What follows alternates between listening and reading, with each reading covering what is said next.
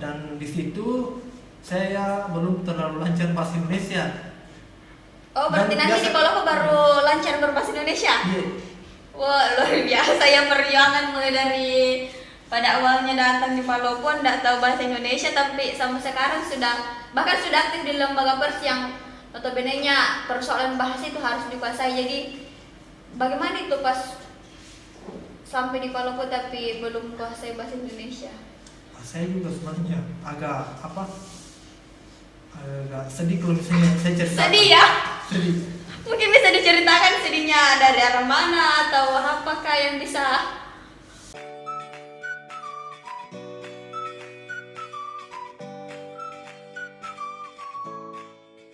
Assalamualaikum warahmatullahi wabarakatuh dan salam sejahtera untuk kita semua. Jumpa lagi bersama saya Rahmida Rizky Majid di Smart Podcast. Sahabat Smart yang berbahagia, pada kesempatan ini kita akan berbincang dan mungkin bincang-bincang santai bersama seorang narasumber kita. Dia adalah mahasiswa dari Palopo. Ya mungkin bisa langsung kita sapa saja narasumber kita yang telah hadir bersama saya pada kesempatan ini. Assalamualaikum. Salam. Bagaimana kabar hari ini? Baik. Baik ya, alhamdulillah. Ya, sahabat Smart yang berbahagia, mungkin alangkah lebih bagusnya sebelum kita lanjut dalam perbincangan yang panjang dan mungkin akan banyak memberikan inspirasi dan pengetahuan bersama narasumber kita, mungkin kita lebih baiknya lebih mengenal narasumber kita ini. Karena ya seperti kata pepatah, tak kenal maka tak sayang, maka penting kiranya kita lebih kenal secara lebih mendalam narasumber kita ini. Mungkin narasumber bisa diperkenalkan lebih tentang profilnya. Kalau nama Wahdi, nama Facebook Wahdi Laude Sabania, nama Instagram Wahdi Laude Sabania. Ya mungkin boleh di add, di follow Oh iya. biar bisa bertambah banyak ya pengikutnya. Iya Kak. Asal Bulukumba, lahir 15 Agustus 2001 dan sekarang kuliah di IAIN Palopo. Kelahiran 2001. Iya. Ternyata masih muda narasumber kita pada kesempatan ini. Tadi asalnya dari Bulukumba ya, Iya. tapi memilih kuliah di Palopo. Jauh ya, Iya.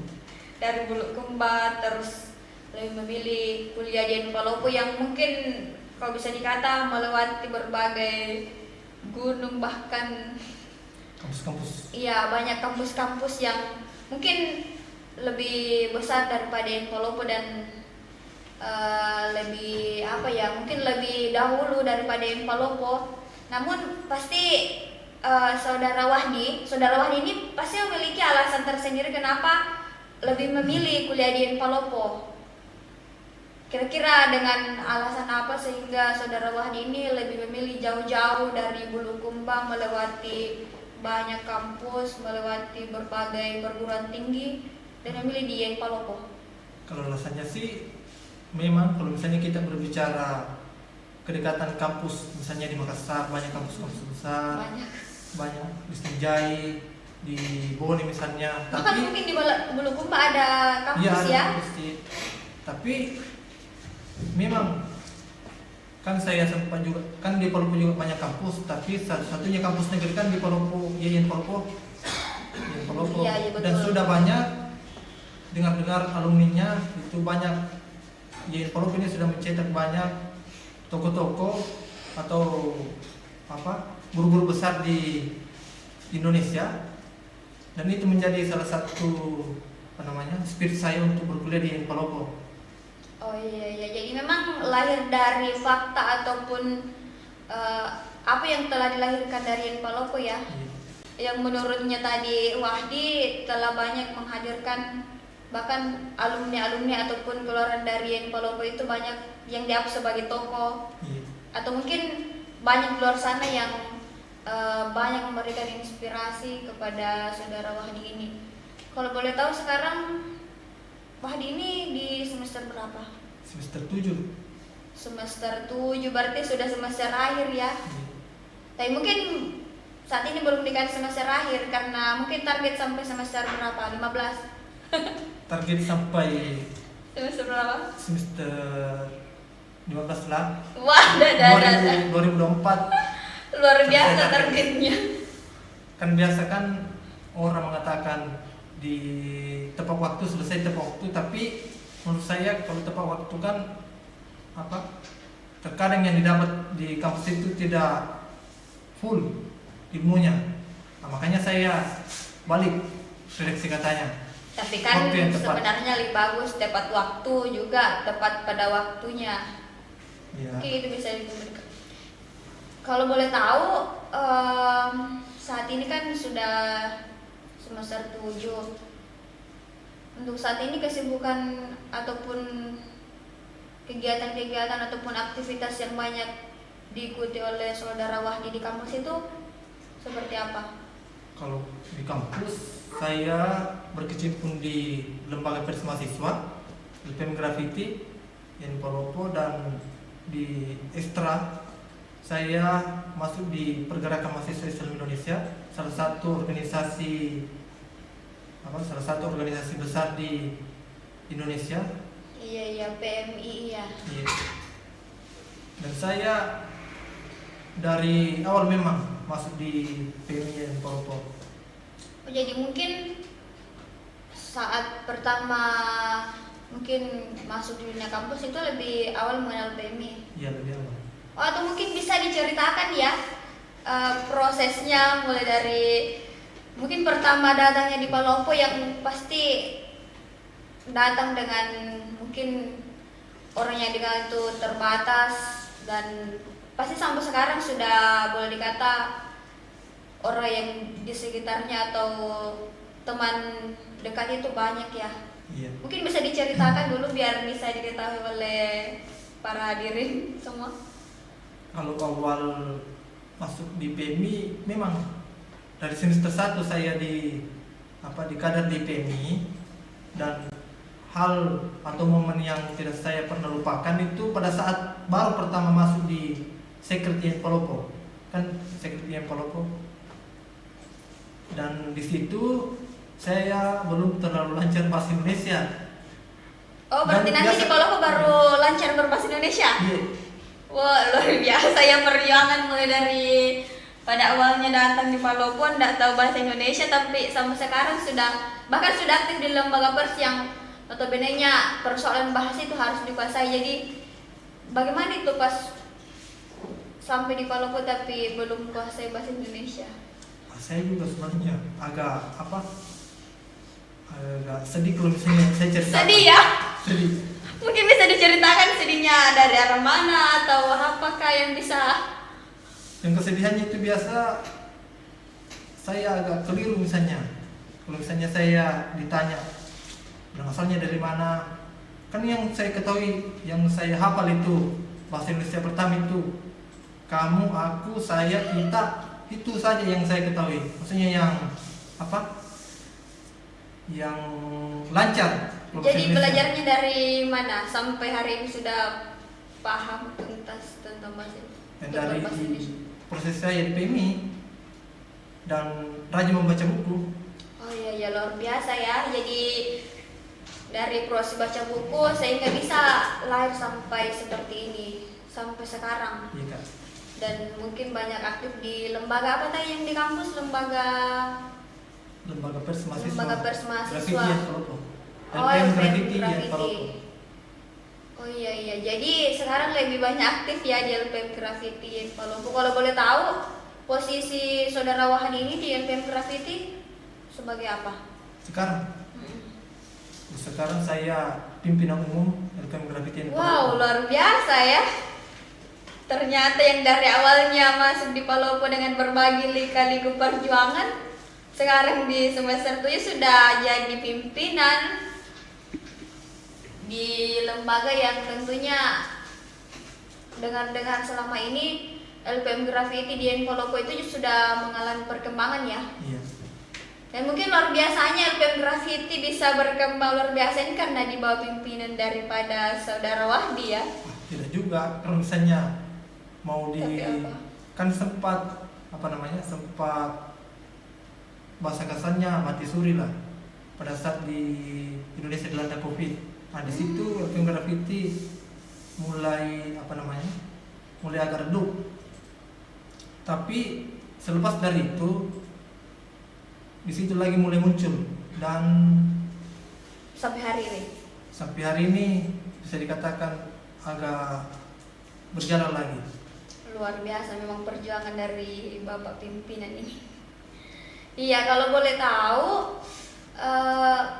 kan kemarin dari awalnya mungkin lama baru bisa akrab ya dengan LPM Graffiti, dengan mungkin orang-orang yang telah sebelumnya masuk di LPM Graffiti. Kira-kira spirit yang dibawa oleh saudara Wahdi sehingga lebih memilih untuk menjadi pimpinan graffiti itu apa? Mungkin terinspirasi dari apa kata? Atau memang punya niat tersendiri sehingga memilih?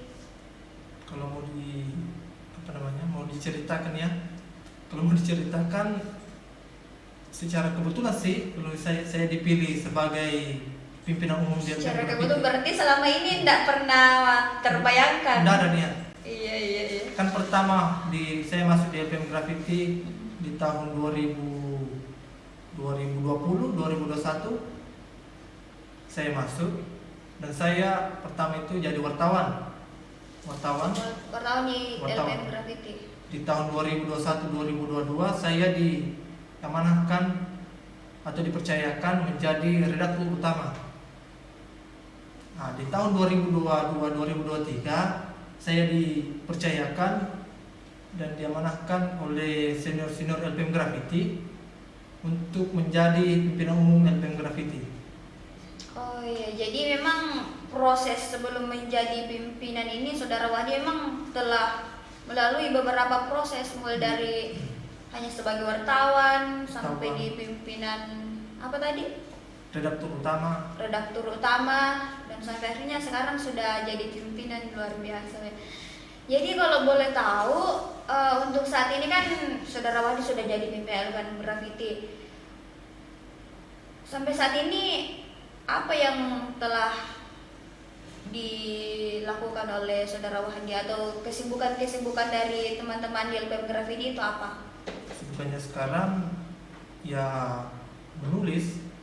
Dan kan kalau misalnya di LPM Graffiti kan salah satu lembaga yang fokus di dunia kejurnalistikan dan penerbitan. Kan kalau misalnya di berbicara sejarahnya kan itu dari penerbitan yang dari apa namanya, yang contohnya selembaran-selembaran yang disebar di kampus terupdate menjadi apa, tabloid itu yang semacam apa, lembaran koran kecil. Oh iya, yang biasa tersebar di mahasiswa itu yang terupdate lagi sesuai zaman masuk di dunia digitalisasi, akhirnya buat website. Kan sebelum website ada dulu namanya blogspot. Lambat laun akan dibuat website. Oh ya, jadi memang prosesnya untuk mengembangkan LPM Graffiti sampai berkembang seperti hari ini itu memang dari dasar, bisa dikata dari dasar yang dari bawah memang ya? Iya, dari bawah. Tapi pasti saudara Wahdi ini setelah mungkin menjabat sebagai pimpinan di LPM Graffiti tentu ada visi yang telah mungkin jauh disusun atau telah jauh dibicarakan oleh bersama teman-teman di LPM Graffiti untuk maksudnya sebagai bagaimana arah daripada LPM Graffiti ke depan. LPM Graffiti ini mau diapakan atau dikembangkan dengan cara apa gitu? Kan kebanyakan mahasiswa sekarang kan itu kurang tahu LPM Graffiti dan selalu menyamakan LPM Graffiti ini sama dengan humas kampus, padahal beda. Oh iya, jadi mungkin biasa dilakukan oleh LPM Graffiti tapi dicap mahasiswa bahwa itu humas kampus. Iya. Kebanyakan mahasiswa yang Polop itu mengatakan bahwa apa bedanya dengan humas kampus? Setiap Iya, ada iya. agenda besar baru turun. Kan kalau misalnya humas kampus kan setiap pemerintahnya itu harus diseleksi oleh birokrasi kampus. Oh, iya, iya. Beda dengan LPM Graffiti. LPM Graffiti itu kan independen. Walaupun di bawah naungan oleh kampus, Iya. tapi dia kalau misalnya secara pemerintahan itu independen dia. Hmm. Tidak terseleksi oleh birokrasi kampus. Jadi kalau misalnya ada informasi yang akan disampaikan melalui website LPM Graffiti itu Itu betul-betul murni dari apa yang didapat dan dirasakan mahasiswa ya tentunya. mahasiswa. Karena terkadang banyak yang mungkin yang dirasakan mahasiswa tapi mereka tidak menemukan bagaimana cara untuk apa ya, untuk mengungkapkan, speak up Iya. atas kondisi yang dirasakan atau apa yang dibutuhkan oleh mahasiswa tersebut. Jadi kedepannya ini kira-kira hal yang mungkin lebih, pasti ada hal yang mungkin akan lebih dikembangkan lagi. Kalau apa istilahnya? Kalau misalnya mau dikatakan ingin mengembangkan lembaga LPM Graffiti itu jauh sebelum jadi pimpinan umum itu saya sudah pikirkan itu. Apa itu Bapak pimpinan?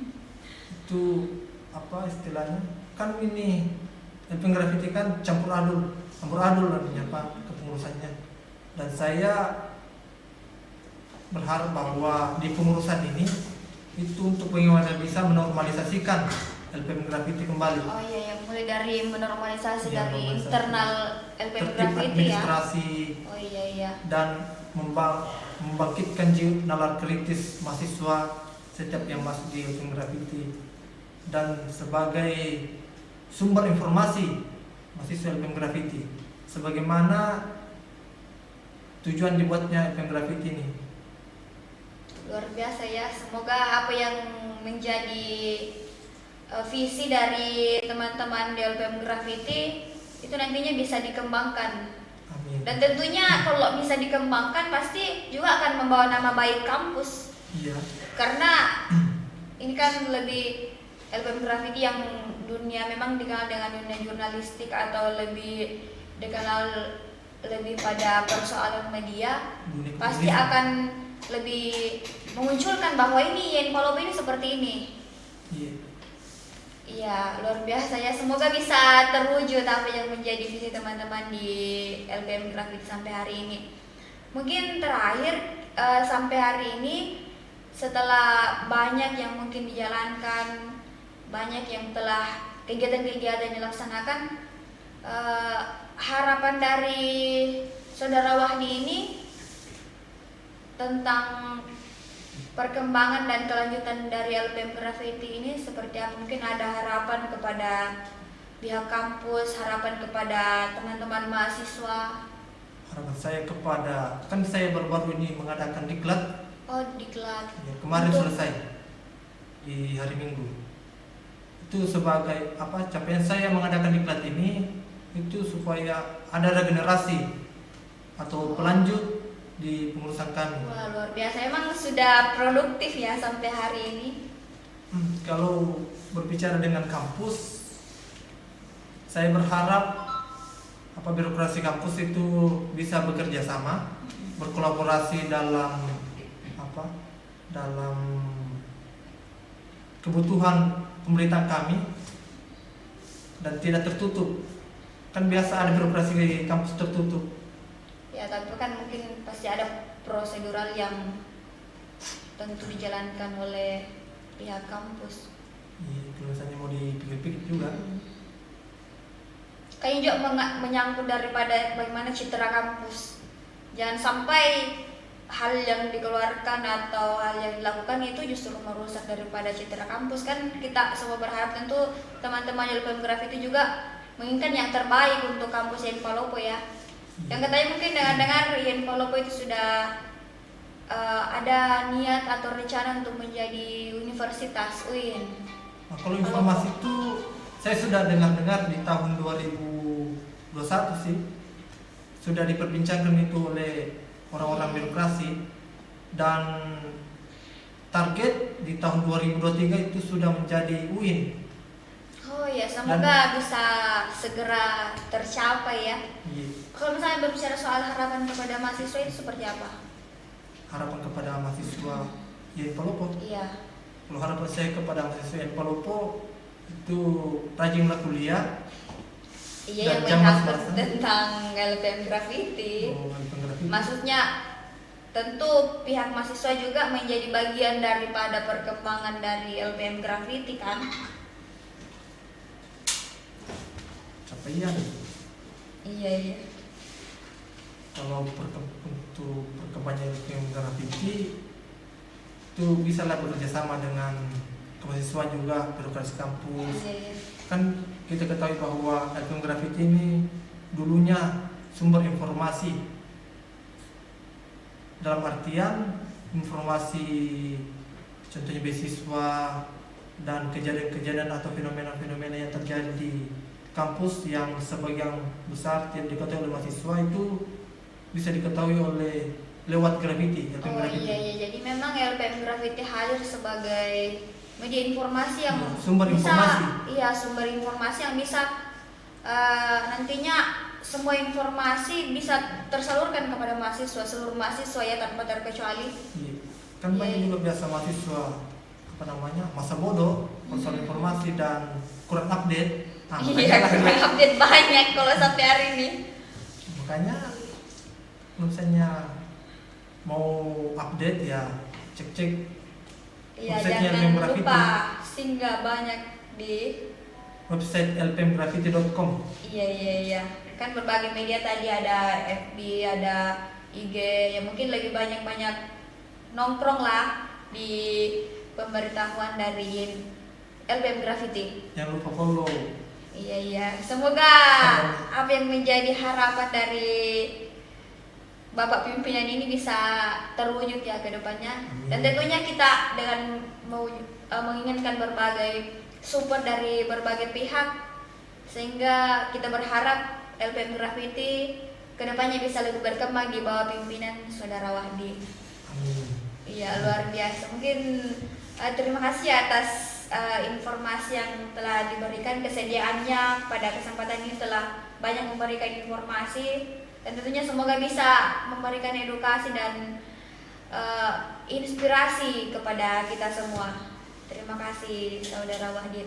Ya mungkin sampai di sini perbincangan kita dengan narasumber kita pada kesempatan ini. Juga kepada narasumber kami ucapkan banyak terima kasih ya. Atas segala kekurangan mohon dimaafkan. Saya Rahmi Rizky Majid pamit undur diri. Wassalamualaikum warahmatullahi wabarakatuh.